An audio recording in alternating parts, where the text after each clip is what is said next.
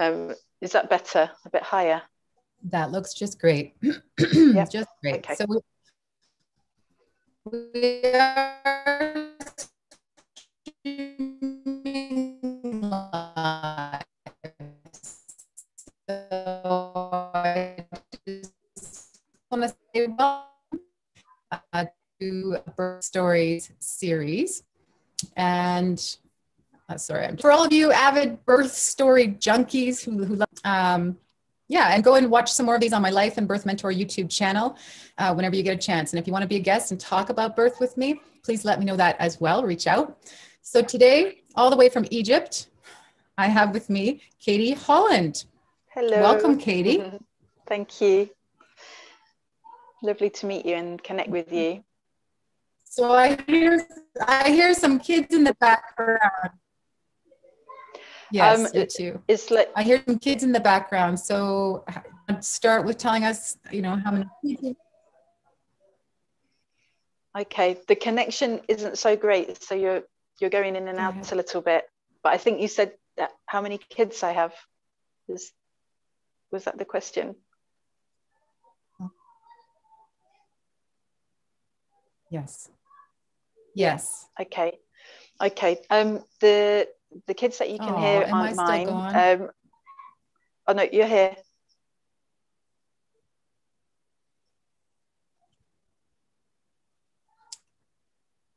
Yeah, I can hear you.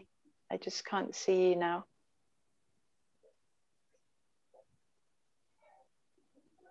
Oh, brother. What about now? Let's see. Yeah, I can hear you. I can't see you. Okay, you're back again. Okay. Let me just see what's going on.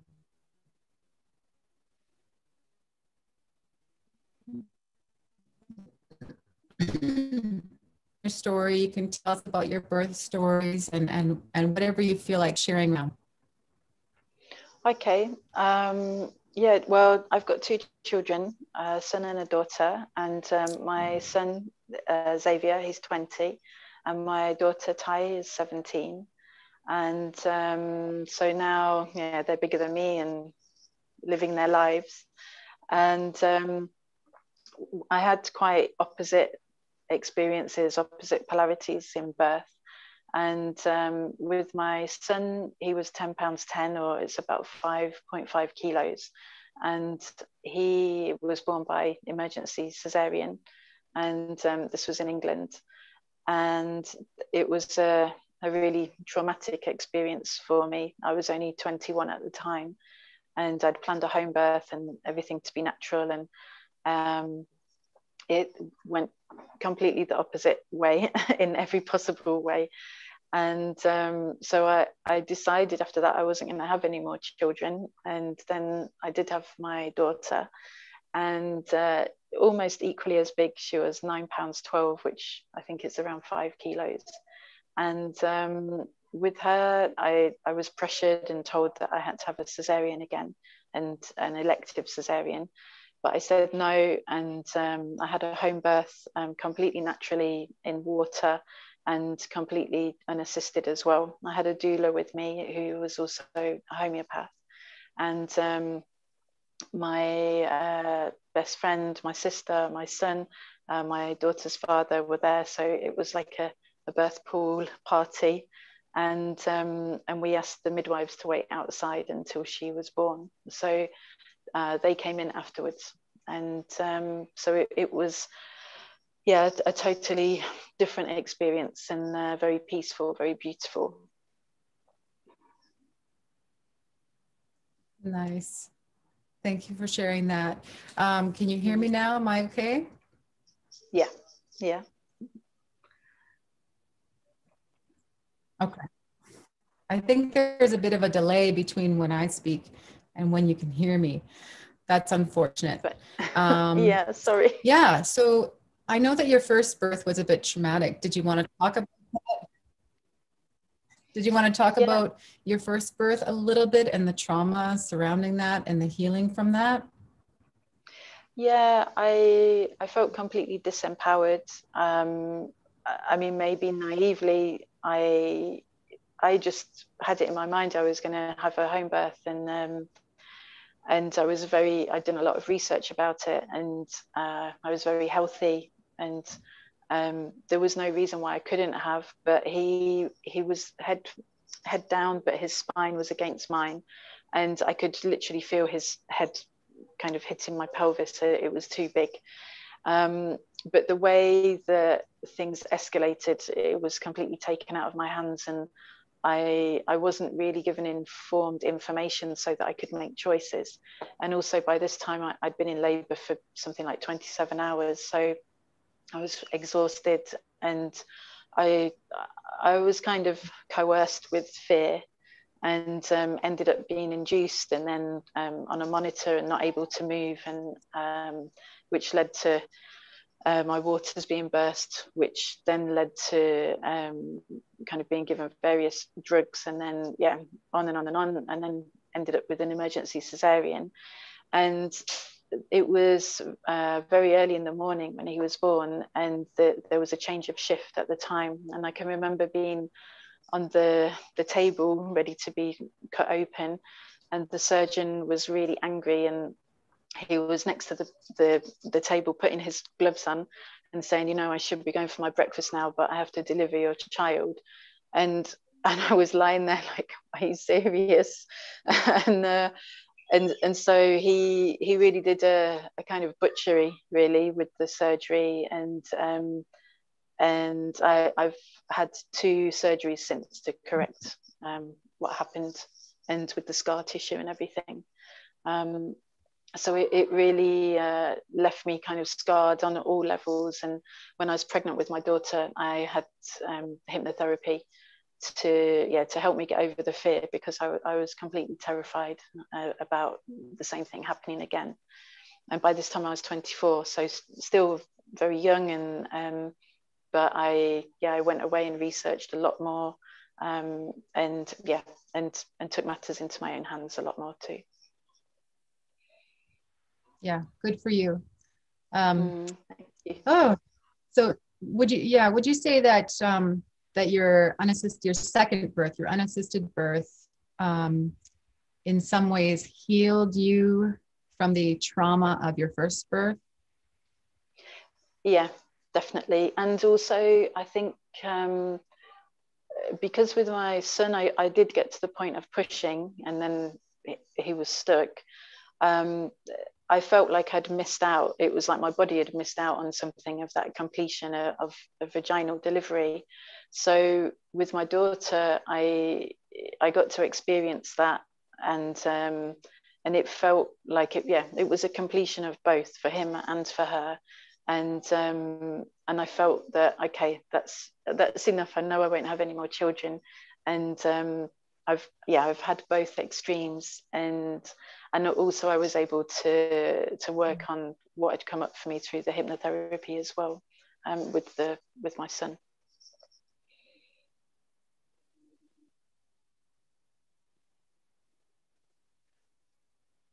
Yeah, very good. So so anybody that's watching who has had a traumatic birth experience like what Katie has described, there might be some deep traumas that you aren't aware of. So it's okay to go and ask for help, or to talk about it further, because any kind of trauma that happens to us that's out of our control is going to have effects on us. So please, find someone to talk to if you feel like there's still some unresolved things like that. Any advice for women who are going into birth, and how to steer of the fears that are out there surrounding birth? Yeah, for me, as I said, the hypnotherapy, that was really amazing. And I also went to a homeopath, and also for Reiki as well.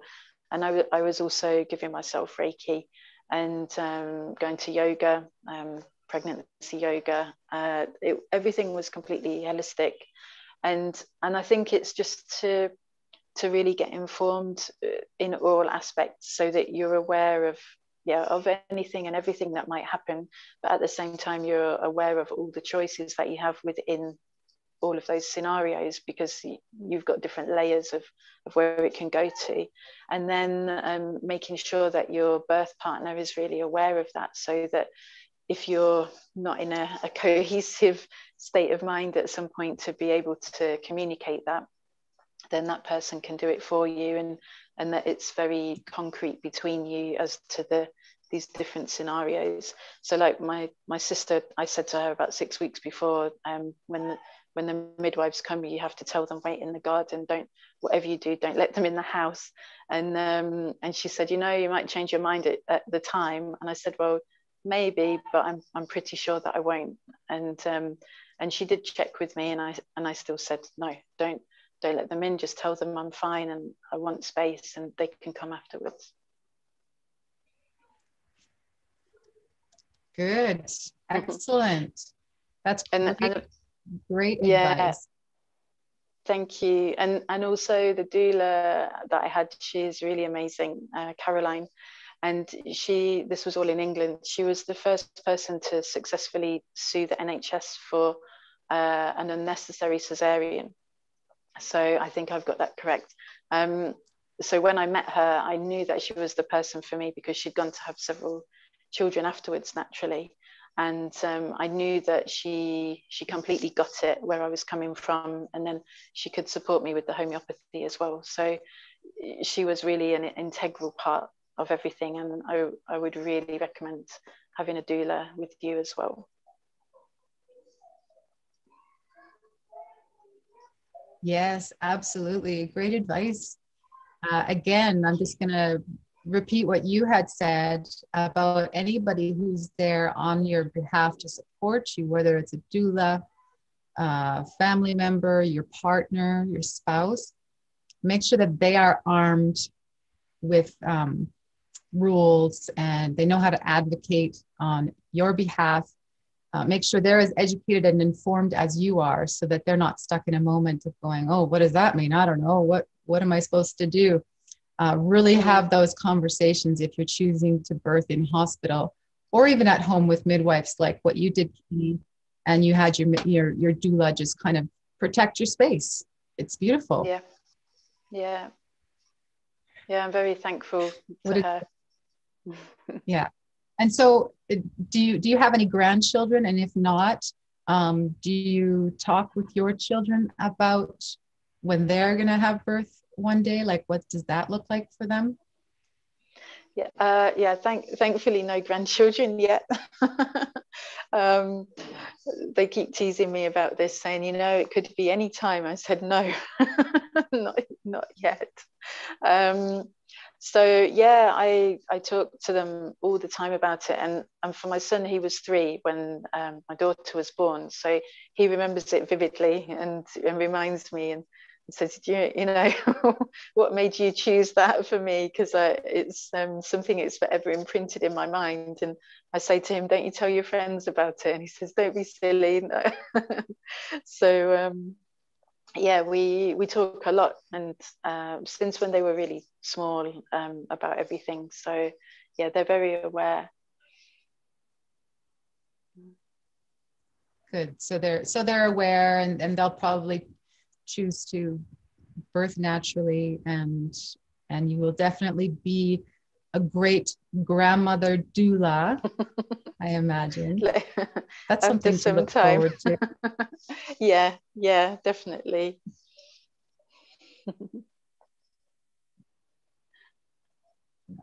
That's good. So any final things that you'd like to share with us before we wrap this up, Katie? I guess because part of my profession, I'm a dance teacher and dance therapist, and one of the main dances that I teach and perform is Middle Eastern dance. So people would know it more as belly dance, but in a traditional context. And it's really, really amazing for all aspects of pregnancy, whether it's planning to get pregnant, during pregnancy, and afterwards as well. So for women, it's an amazing exercise to do, and it's so perfect for a woman's body, because it works with all of the internal muscles, and it's good for working with your curves and helping you to accept your curves as well. Beautiful. I love that. When I was in my 20s, I took a belly dancing class. So fun. I loved it. So I love how you are relating it to birth and all the movements of birth, and then during your pregnancy, and just, it's a very sensual thing. So it's a great way to prepare your body for birth and anything else, really. So thank you for bringing that up, Katie. No, pleasure. I danced through both of the labours. I was using the belly dance movements, and it really made even more sense to me as to the way that they work, and how they support giving birth. And also there's a movement where it's like this with your spine. It's a very fluid movement, and I found that when I was at the kind of pushing stage with my daughter, that my body was making that movement naturally. And I thought, oh wow, it's really so true that this is what's happening internally when you birth a baby, and my body's just doing it for me. And that was such an amazing feeling and connection to have between the dance and giving birth. I love that analogy, and I hope all of you do too that are listening. The dance of birth, the dance of our bodies, how they move. Just really explore, whether you're pregnant or not, just get out of your chair right now. Just, move your body around. Thank you for that reminder, Katie. Thank you so much. It's awesome. Yeah, totally my pleasure. Yeah. So I love you being here today, Katie. Thank you so much for sharing your story and sharing your wisdom here with us today. You're a blessing. Yeah, thank you so much for inviting me. It's really an amazing series of interviews that you're making. It's very much needed, I think. Thank you. Thank you for saying that. And for everybody who's listening, I hope you enjoyed this as much as I did. If you want to watch more birth stories or Everybody Has a Story series, you can go to my Life and Birth Mentor YouTube channel and subscribe there to see more. Thank you so much. Have a fantastic day.